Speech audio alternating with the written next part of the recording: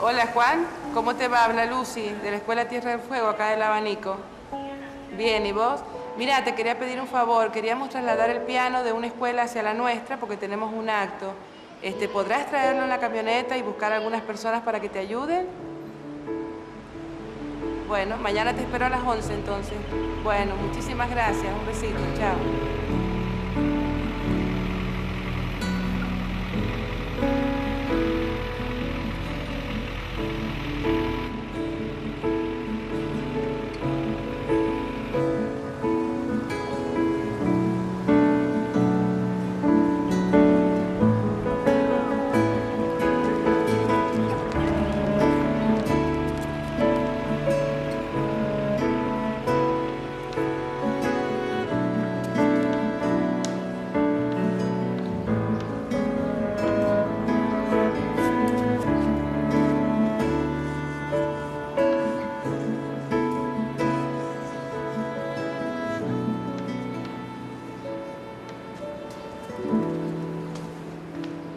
¿Cuántas veces hemos cantado en la escuela el himno a Sarmiento? Para el grande entre los grandes, padre del aula, Sarmiento inmortal. Pero Sarmiento, además de haber sido el padre del aula, fue un escritor destacado, un periodista perseguido, militar y presidente. Fue un político con opiniones terribles y polémicas. Y el pensador de un modelo de país que no ocurrió. Sarmiento fue un intelectual que encendió y sigue encendiendo numerosas controversias.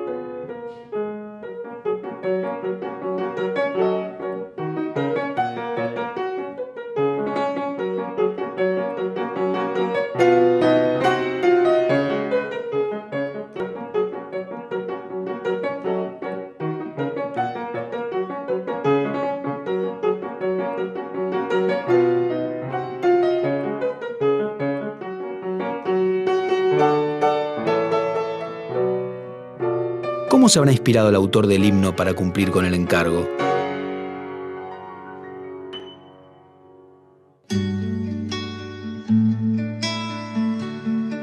¿Cuánto conocería el músico catalán, que llegó a la Argentina en 1887, de la vida y la obra de Sarmiento?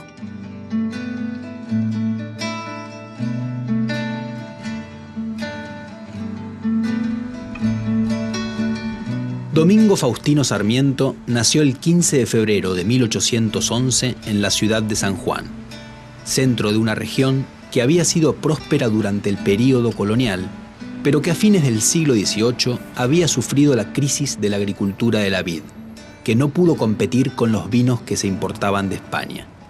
Así, cuando Sarmiento llegó al mundo, la ciudad se había empobrecido significativamente.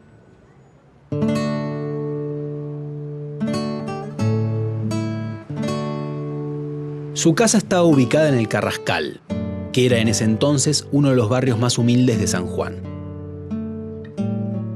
Aprendió a leer a los 4 años y a los 5 empezó a ir a la escuela. Más tarde, él crearía un mito sobre sí mismo, afirmando que nunca había faltado a clase durante toda su educación.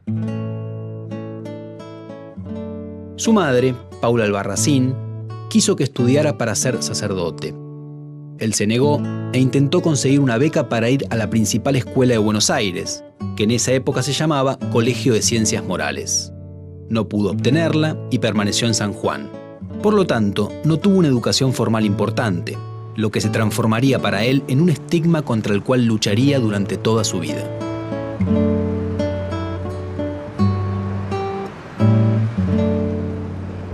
A los 16 años, Sarmiento empezó a participar en los conflictos militares interprovinciales. Se enfrentó a las tropas del ascendente caudillo riojano Facundo Quiroga, y cuando éste se apoderó en 1831 de San Juan, Sarmiento se exilió en Chile, donde trabajó como maestro. Se enamoró de una alumna y tuvo con ella una hija, llamada Ana Faustina. Volvió a San Juan en 1836 y fundó el periódico El Sonda. Las críticas de Sarmiento hicieron que el gobierno sanjuanino le quitara su apoyo al periódico y éste tuviera que cerrar. Enfrentado con los federales, y en particular con el proyecto político del gobernador de Buenos Aires, Juan Manuel de Rosas, Sarmiento se fugó otra vez a Chile en 1840. Al partir, escribió en un lugar llamado Los Baños de Sonda, Las ideas no se matan. En Chile se casó con Benita Martínez Pastoriza, adoptó a su hijo Dominguito y empezó a conseguir prestigio como periodista. El gobierno chileno lo envió en 1845 a recorrer diversos países europeos y americanos para que estudiara diferentes sistemas educativos. En el libro Viajes, vertió sus impresiones y publicó también una obra sobre educación popular. Vuelto a Chile, siguió combatiendo a Rosas desde distintos periódicos.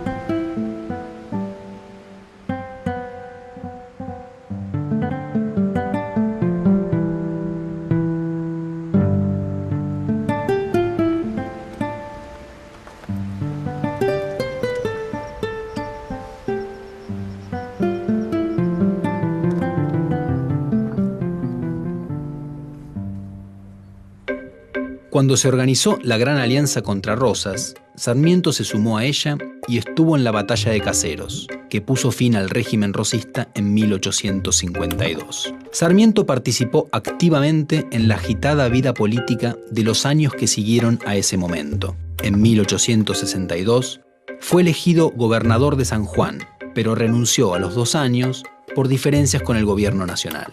En 1864, el presidente Bartolomé Mitre lo nombró ministro plenipotenciario argentino en Estados Unidos. En su ausencia, fue propuesto como candidato a la presidencia de la nación por grupos rivales a Mitre y fue elegido para el período 1868-1874. Al dejar el poder, siguió vinculado a actividades públicas. Fue director general de escuelas de la provincia de Buenos Aires en 1875 y más tarde senador por la provincia de San Juan. En 1879 fue por muy poco tiempo ministro del Interior y luego fue superintendente general de escuelas del Consejo Nacional de Educación. En 1888 se trasladó a Paraguay para evitar el invierno de Buenos Aires. Murió allí el 11 de septiembre.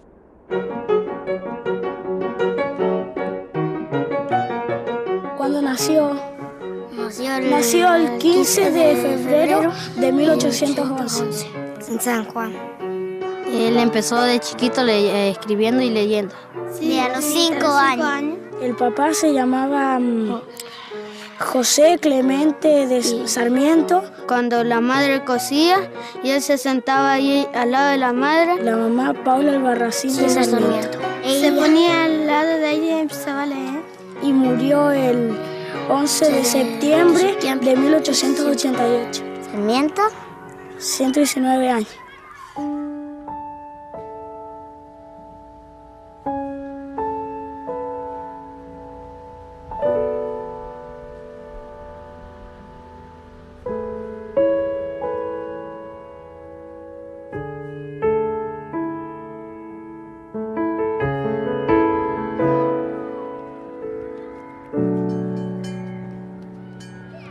¿Por qué decimos que Sarmiento luchaba con la pluma y la palabra. Peleaban en las luchas, No peleaba con armas, ¿no es cierto? ¿Cuál era el arma?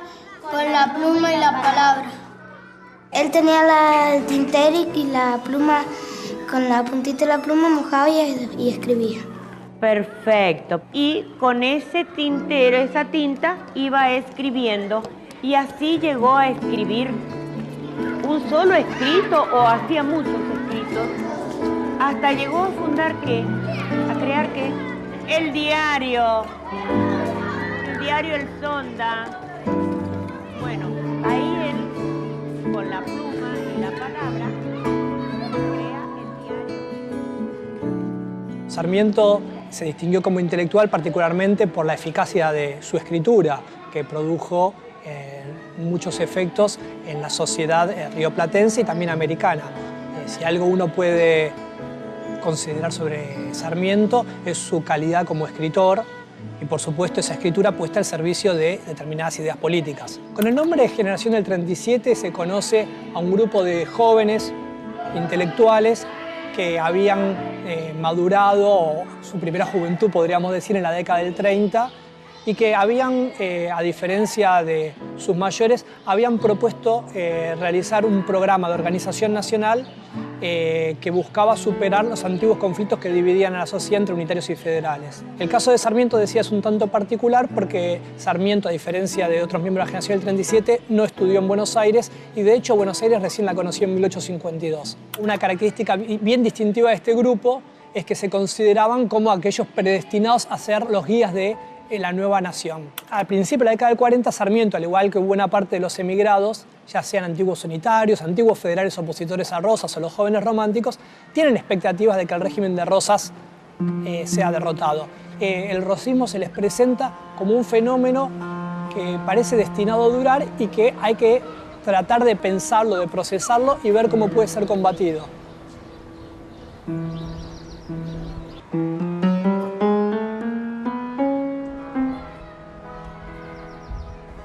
Y si uno no tiene presente esto, es imposible entender qué es el Facundo, que es seguramente su obra más significativa y probablemente una de las obras, si no la obra más significativa del siglo XIX, y quizás no solo para el área rioplatense, sino hispanoamericana. Sarmiento quiere explicar a Rosas, pero en vez de hacer una biografía de Rosas, hace una biografía de Facundo, el caudillo riojano que había muerto trágicamente en Barrancayaco 10 años antes. Uno podría preguntarse por qué hace la biografía de Facundo Quiroga y no de Rosas.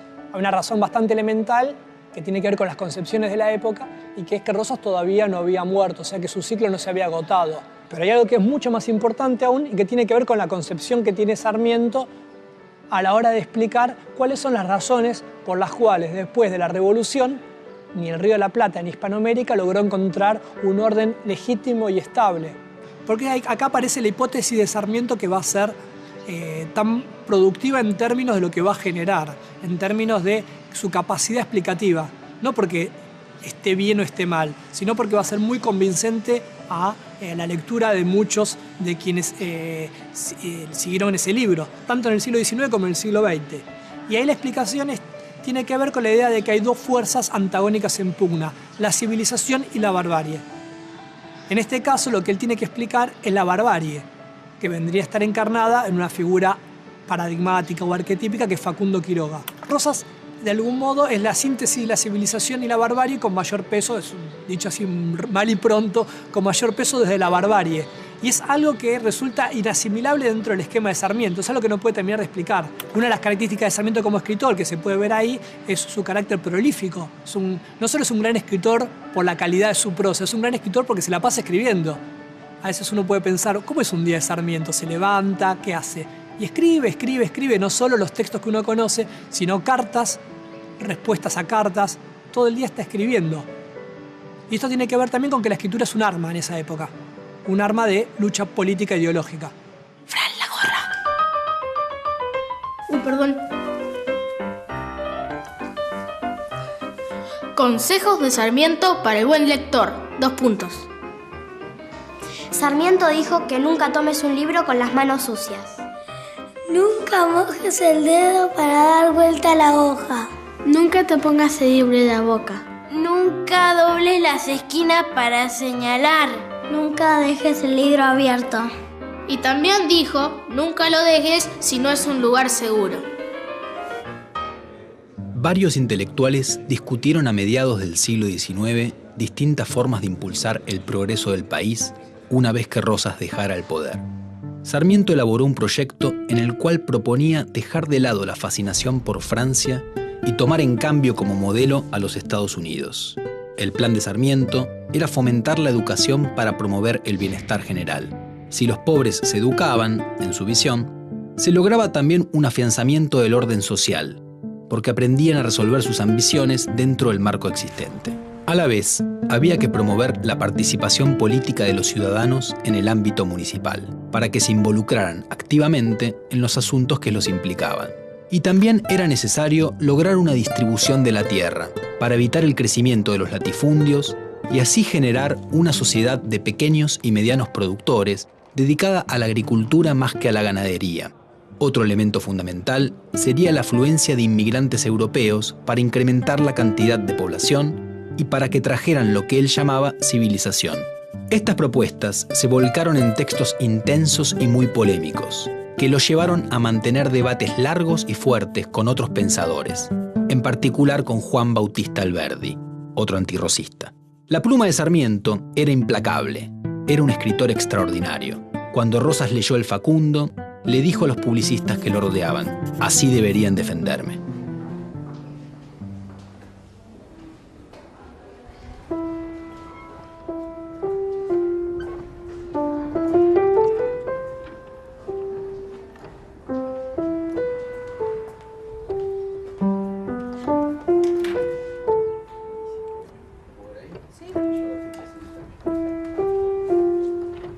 La actuación de Sarmiento dejó huellas en muchos lugares. En el Archivo Histórico de San Juan, ubicado en el centro de la ciudad, se conservan documentos relacionados con su breve etapa de gobernador de esa provincia.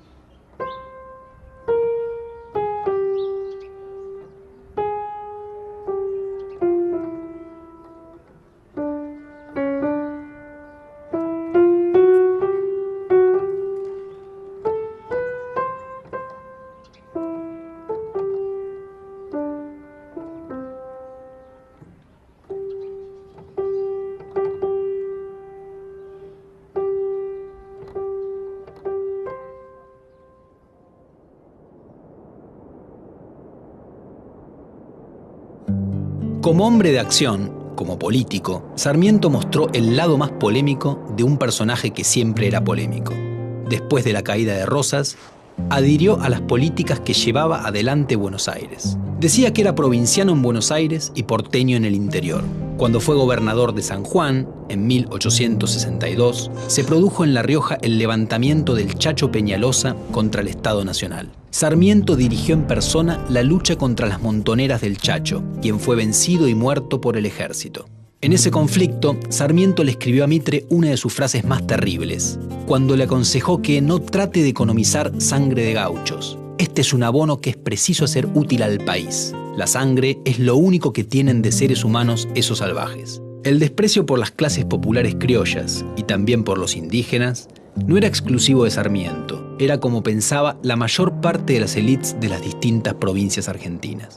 En cambio, tenían una mirada idealizada de los europeos. Sin embargo, en sus últimos años, Sarmiento se volcaría también contra los inmigrantes. «Qué chasco nos llevamos con la inmigración», escribió, lamentando que hubieran llegado a Argentina inmigrantes de lo que él consideraba los lugares más atrasados de Europa, como España y el sur de Italia.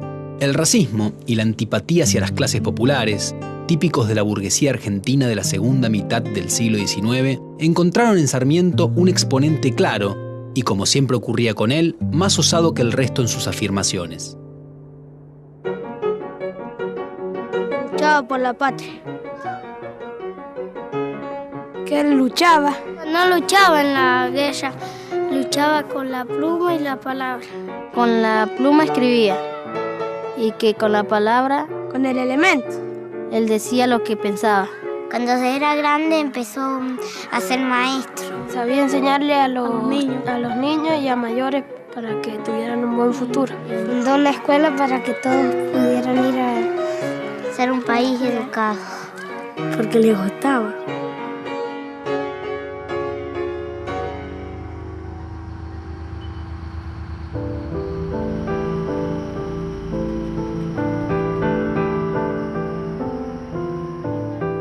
En el delta del Paraná se encuentra el Museo Casa Domingo Faustino Sarmiento. Ubicado exactamente sobre el río que hoy lleva su nombre. Es una casa que Sarmiento construyó para tener un lugar de retiro durante sus estadías en Buenos Aires. Actualmente la rodea una estructura de vidrio para protegerla de las inclemencias del tiempo.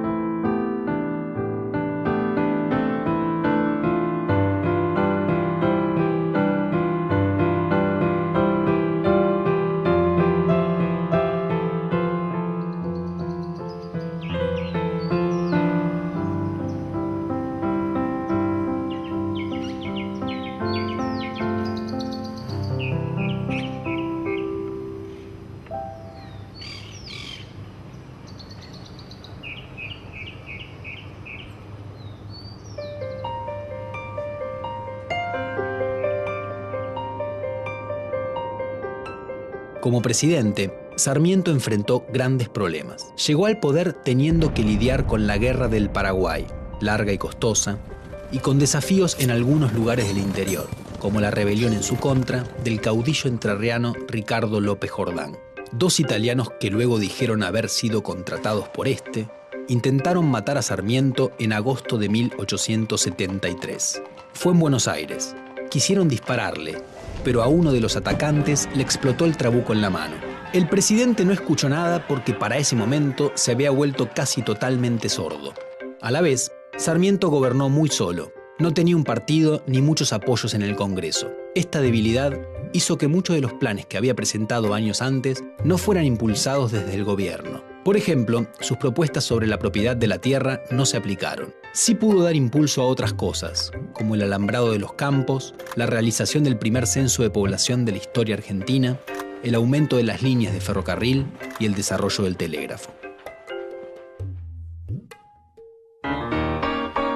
Fue presidente, Abogado, Senador, abogado, escritor, maestro, lector, gobernador, escritor, minero, presidente, era el que creó la educación, profesor, maestro, estudiador.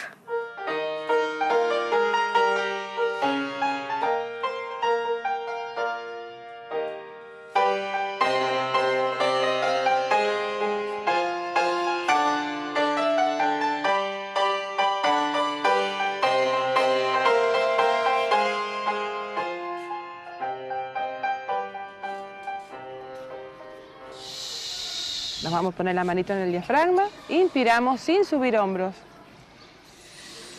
Despacito. Arriba, arriba, arriba, arriba, arriba, duro, duro. Aflojamos. Pap, pap, pap, pap, pap, pap, pap, pap, pap.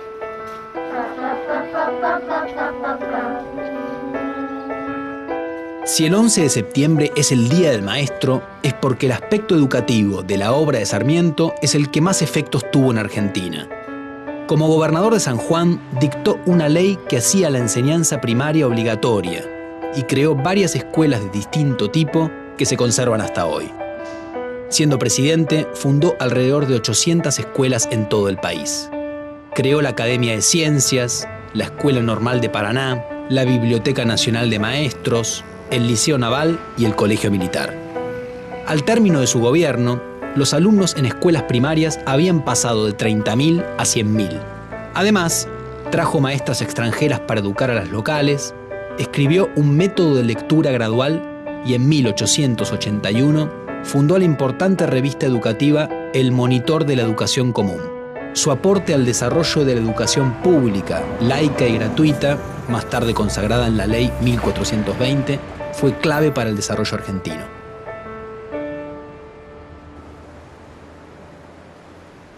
Muchas veces juzgamos a nuestros próceres. Buscamos que sean puros, intachables, magníficos. Personas así no existen ni existieron. Sarmiento despreciaba todo lo popular, de una manera que en la actualidad sería inaceptable, y ayudó a crear un orden que preservaba los intereses y el poder de las élites argentinas. El sistema educativo que él impulsó contribuyó a ese orden. Pero ese sistema educativo permitió a la vez el progreso del país. Se convirtió en una estructura de integración social y nacional, incluyó a los inmigrantes y a sus hijos, y favoreció la movilidad social ascendente. Algo es indudable. La formación de la Argentina moderna no se entiende sin Sarmiento.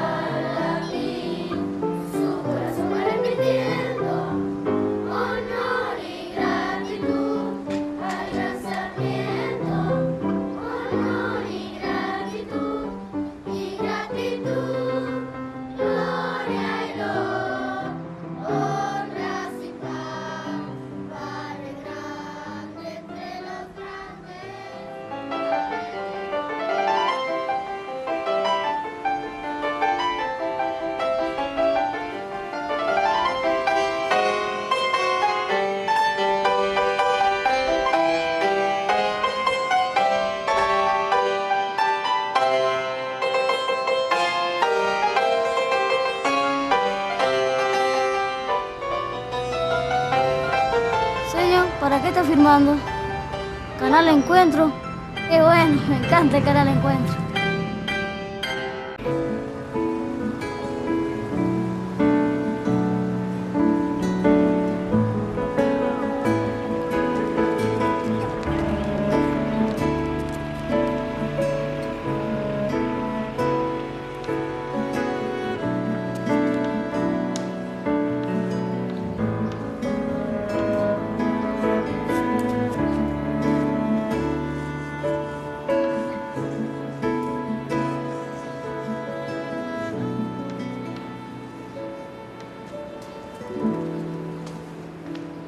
¿Cuántas veces hemos cantado en la escuela el himno a Sarmiento?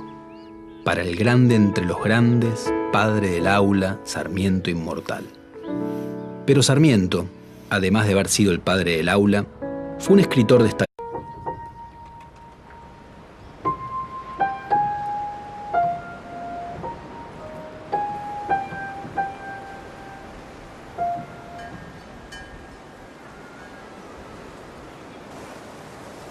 Hola Juan, ¿cómo te va? Habla Lucy, de la Escuela Tierra del Fuego, acá del Abanico.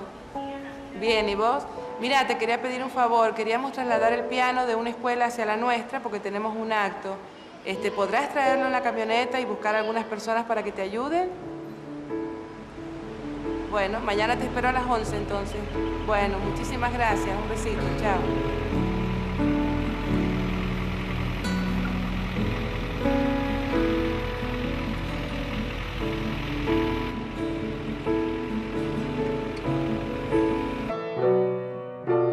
¿Cómo se habrá inspirado el autor del himno para cumplir con el encargo?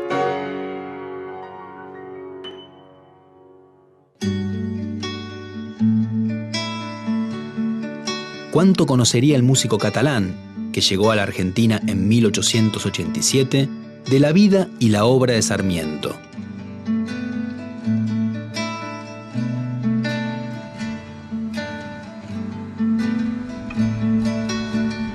Domingo Faustino Sarmiento nació el 15 de febrero de 1811 en la ciudad de San Juan, centro de una región que había sido próspera durante el período colonial, pero que a fines del siglo XVIII había sufrido la crisis de la agricultura de la vid, que no pudo competir con los vinos que se importaban de España.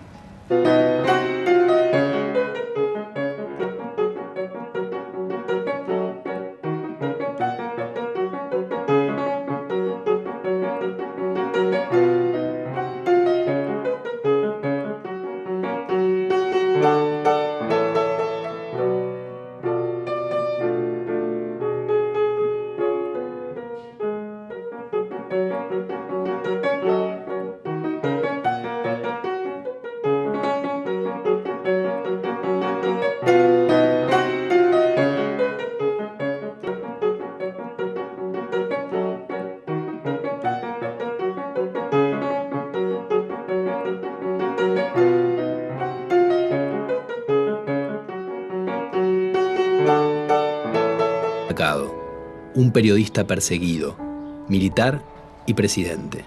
Fue un político con opiniones terribles y polémicas. Y el pensador de un modelo de país que no ocurrió. Sarmiento fue un intelectual que encendió y sigue encendiendo numerosas controversias.